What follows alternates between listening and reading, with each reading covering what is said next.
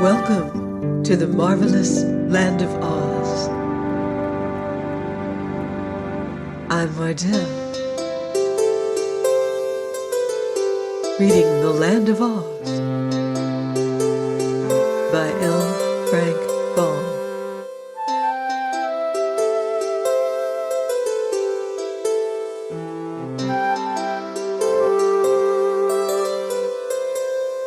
Chapter 11.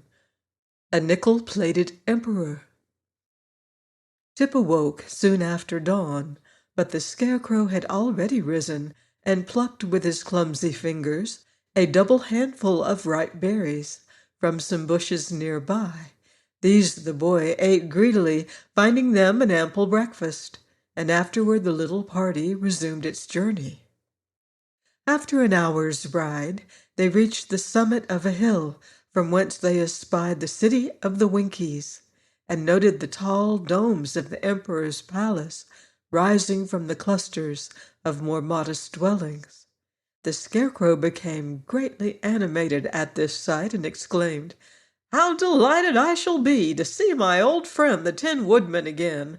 I hope that he rules his people more successfully than I have ruled mine."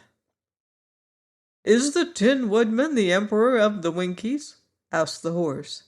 "Yes, indeed. They invited him to rule over them soon after the Wicked Witch was destroyed, and as Nick Chopper has the best heart in all the world, I am sure he has proved an excellent and able emperor." "I thought that emperor was the title of a person who rules an empire," said Tip, "and the country of the Winkies is only a kingdom." "Don't mention that to the Tin Woodman," exclaimed the Scarecrow earnestly. "You would hurt his feelings terribly.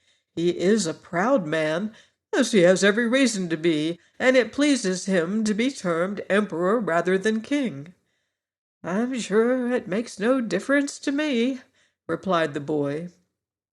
The Sawhorse now ambled forward at a pace so fast that its riders had hard work to stick upon its back, so there was little further conversation until they drew up beside the palace steps. An aged Winkie, dressed in a uniform of silver cloth, came forward to assist them to alight.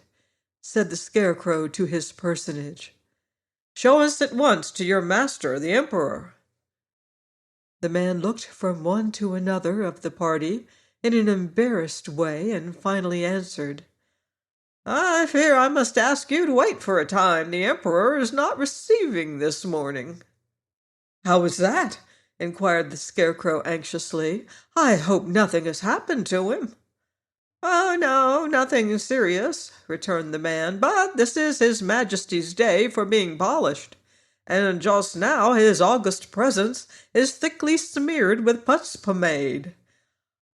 "Oh, I see," cried the Scarecrow, greatly reassured.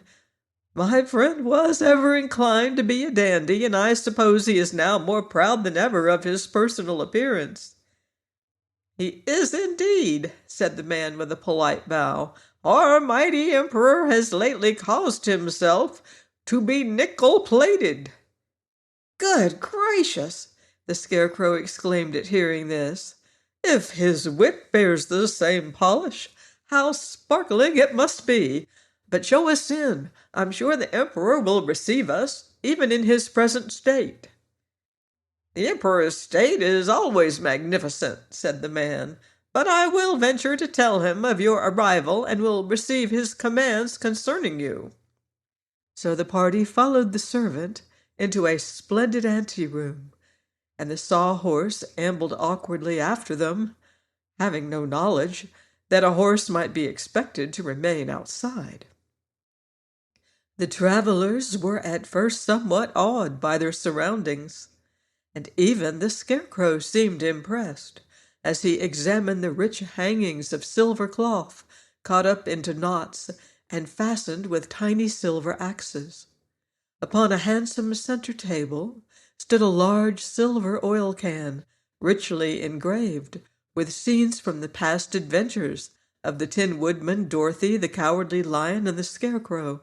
the lines of the engraving being traced upon the silver in yellow gold. On the walls hung several portraits, that of the Scarecrow seeming to be the most prominent and carefully executed, while a large painting of the famous Wizard of Oz, in act of presenting the Tin Woodman with a heart, covered almost one entire end of the room.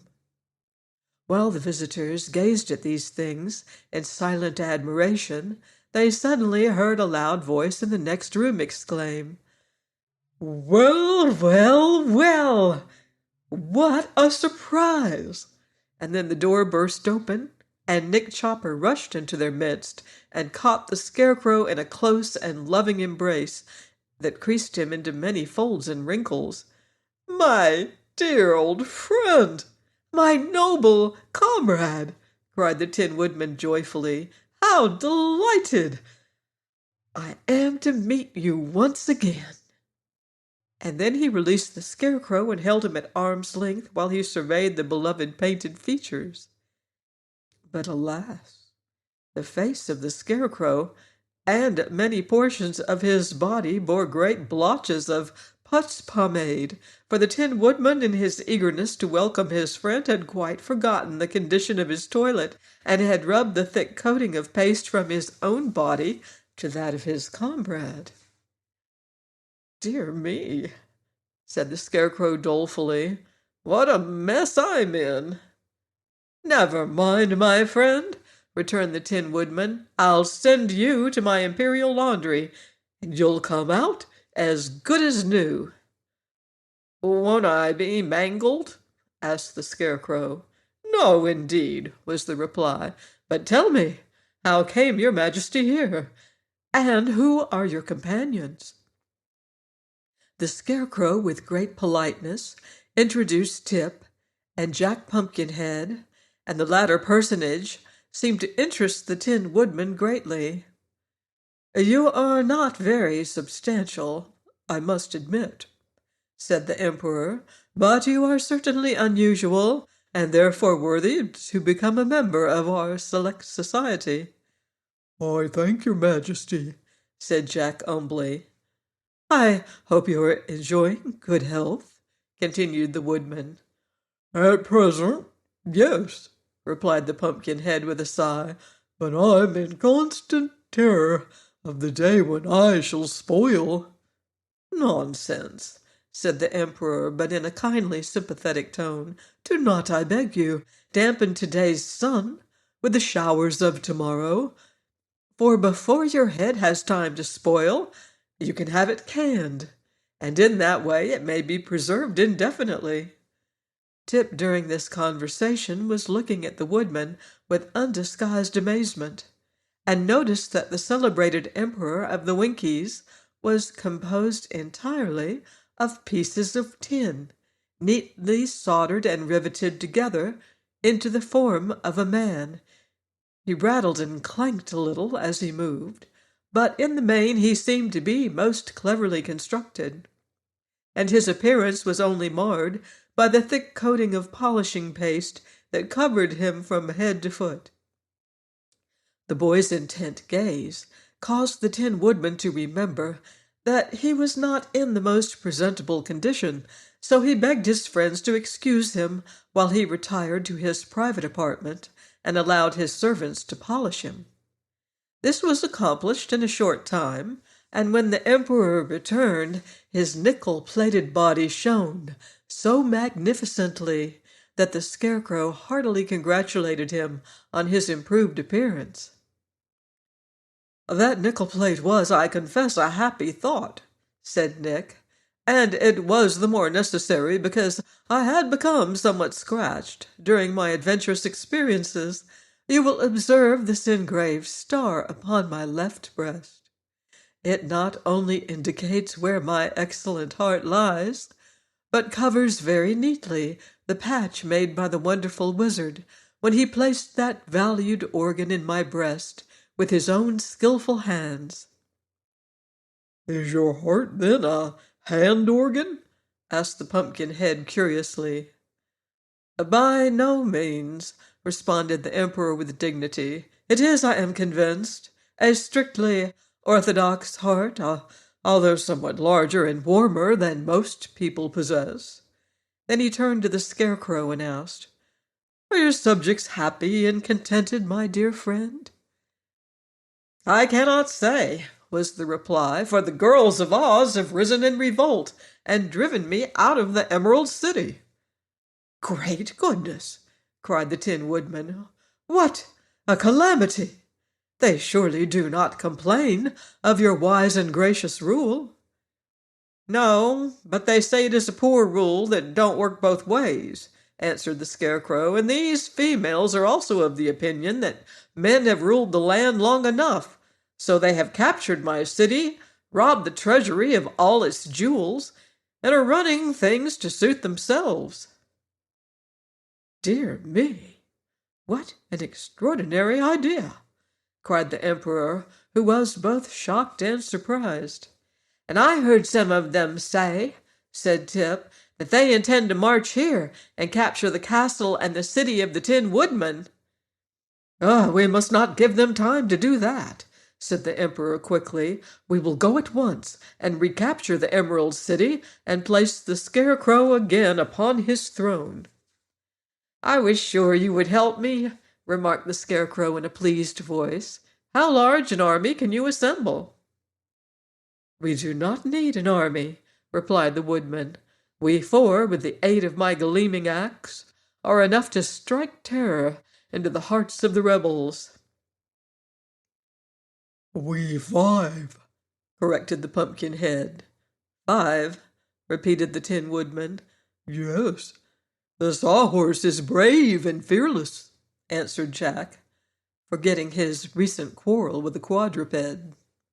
The Tin Woodman looked around him in a puzzled way, for the Sawhorse had until now remained quietly standing in a corner where the Emperor had not noticed him.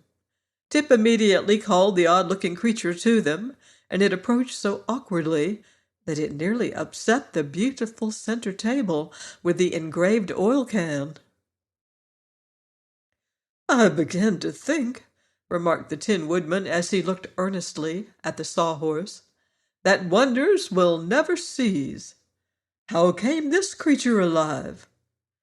"I did it, with a magic powder," modestly asserted the boy, "and the Sawhorse has been very useful to us." "He enabled us to escape the rebels," added the Scarecrow. "Then we must surely accept him as a comrade," declared the Emperor. "A live Sawhorse is a distinct novelty and should prove an interesting study. Does he know anything?" "Well, I cannot claim any great experience in life," the Sawhorse answered for himself, "but I seem to learn very quickly, and often it occurs to me that I know more than any of those around me." "Perhaps you do," said the Emperor, "for experience does not always mean wisdom. But time is precious just now, so let us quickly make preparations to start upon our journey." The Emperor called his Lord High Chancellor and instructed him how to run the kingdom during his absence. Meanwhile, the Scarecrow was taken apart, and the painted sack that served him for a head was carefully laundered and restuffed with the brains originally given him by the Great Wizard. His clothes were also cleaned and pressed by the imperial tailors, and his crown polished and again sewed upon his head. For the Tin Woodman insisted he should not renounce this badge of royalty. The Scarecrow now presented a very respectable appearance, and although in no way addicted to vanity, he was quite pleased with himself and strutted a trifle as he walked. While this was being done, Tip mended the wooden limbs of Jack Pumpkinhead and made them stronger than before, and the Sawhorse was also inspected to see if he was in good working order. Then bright and early the next morning they set out upon the return journey to the Emerald City, the Tin Woodman bearing upon his shoulder a gleaming axe and leading the way, while the Pumpkinhead rode upon the Sawhorse, and Tip and the Scarecrow walked upon either side to make sure that he didn't fall off or become damaged. Do you think the Tin Woodman and our friends will be able to defeat General Ginger and her army? Please join me next week for more magical adventures on the marvelous Land of Oz. Goodbye for now. See you in Oz.